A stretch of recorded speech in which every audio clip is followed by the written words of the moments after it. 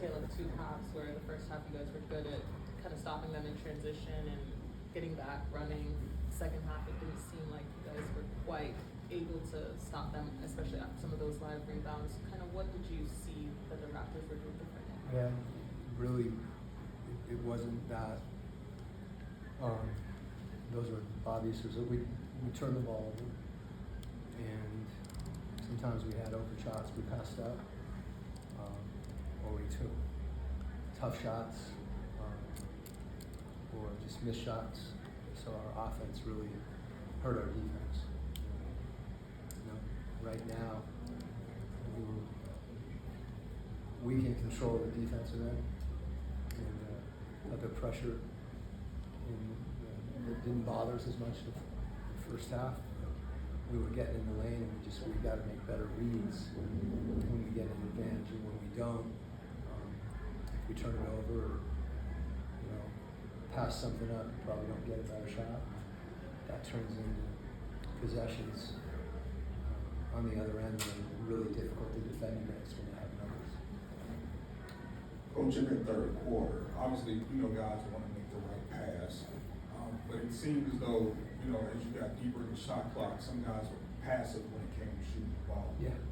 Did you kind of take notice of that, or what is it that needs to be done to kind of get out of that passive nature when it comes to just being able to shoot? Yeah, I think we've got to understand there are shots, and when you're open, let it fly. Don't think about it, because as you said, particularly as you get later in the clock, if you pass a shot up, you're probably not going to get a better one. We have confidence in those guys. We just got to believe, and we have. I thought, that, and then oftentimes when we did get in the lane at times, when people were open, we missed them as well. So that combination, I don't think it was. They made it hard. They make it hard to run any kind of intricate sets because they're so physical. That's the way the game's being called. They're pushing us off our spots, or pressure on our guards. So we felt like to be able to drive the ball, and we were able to do that. But that's the first part of the battle. The second part is, as you said, when the ball does get kicked out, first is finding the open man, and when that does happen, we got to take those shots. Because we'll have a chance to rebound.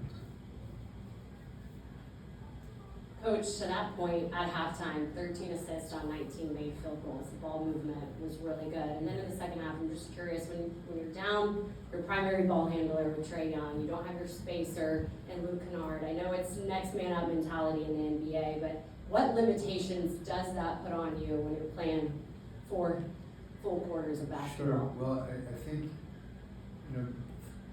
what we were doing in the first half, like formulaically, that's how we need to play. We need to share the ball handling responsibilities. That means everybody that's in a position to play make and creates an advantage has to be able to find the open man, and we have to generate some of those things together to be really connected in order for us to be efficient offensively.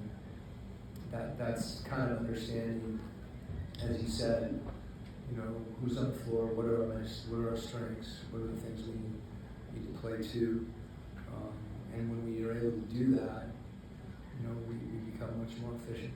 And it's again, the big thing is taking care of the ball and getting a good shot, and we were able to do that. We just have to be more determined and more committed to doing those things. And the game's moving fast, it's physical.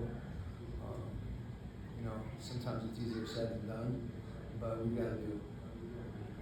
Coach, you had the probably unusual situation where you had one player block 3 jump shots, but I don't think as a team you rebounded any of them. Like, what's supposed to happen in that situation? Do you want the person who blocks it to holler so his teammates know, or are defenders supposed to be watching so that they know that this rebound's going to be coming from an angle that you don't expect? Like, how is that supposed to play out? It's one of those things that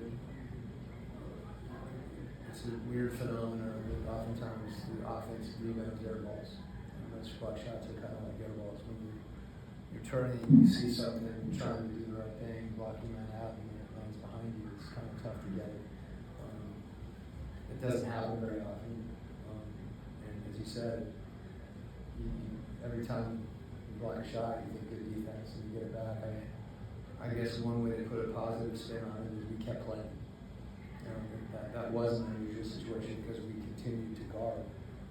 Unfortunately, we didn't get the result we wanted. I wish there was something in a coach's book to tell you what to do on that. I don't know that anybody's figured that out yet.